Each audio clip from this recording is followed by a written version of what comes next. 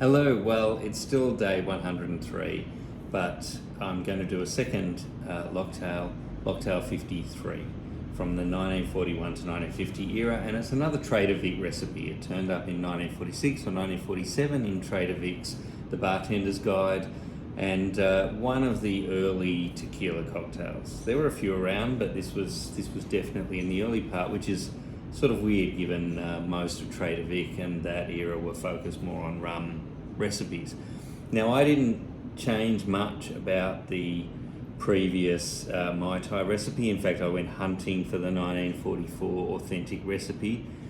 With the El Diablo, I think it actually needs a bit of a contemporary lift. So I'm going to use pretty much the same recipe, but instead of making it in a tall glass with ice, I think this actually suits a shake and more almost a martini treatment in a sense. So anyway, let's see how we go.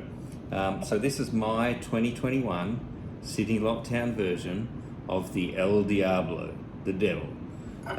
It's a tequila cocktail, which is very appropriate, being called the Devil. Tequila is my kryptonite. Don't know whether it's yours, but definitely mine. And you want a reposado tequila. I'm using this El Jimador. There are plenty of great 100% agave tequilas that you can use. It's the predominant ingredient. What we want is 45 mils of tequila. Put in a shaker with ice.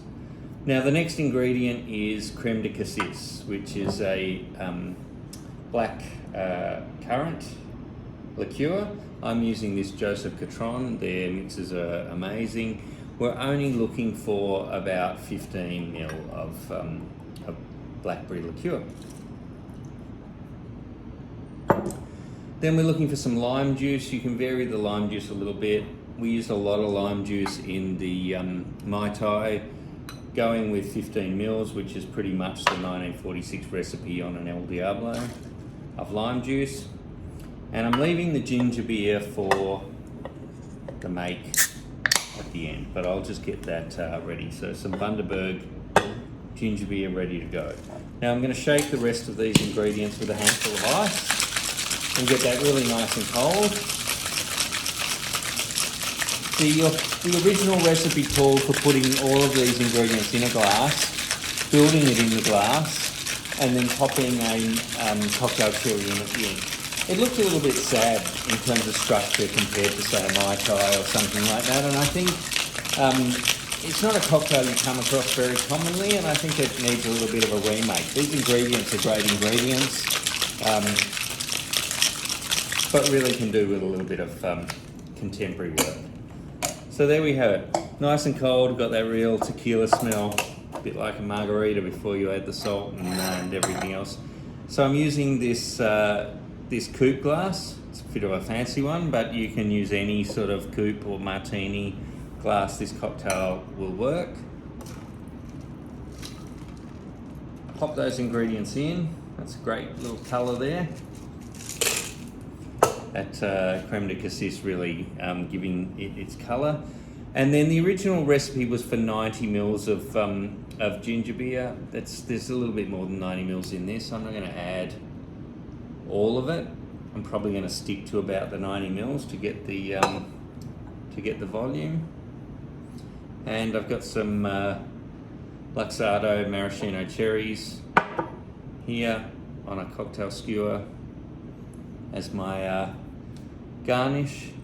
And there's my 2021 remake of the El Diablo cocktail.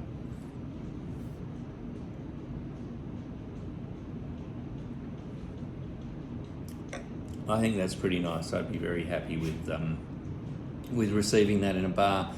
And as long as you drink that in a, if this is a hot day, make it in the tall glass with the ice.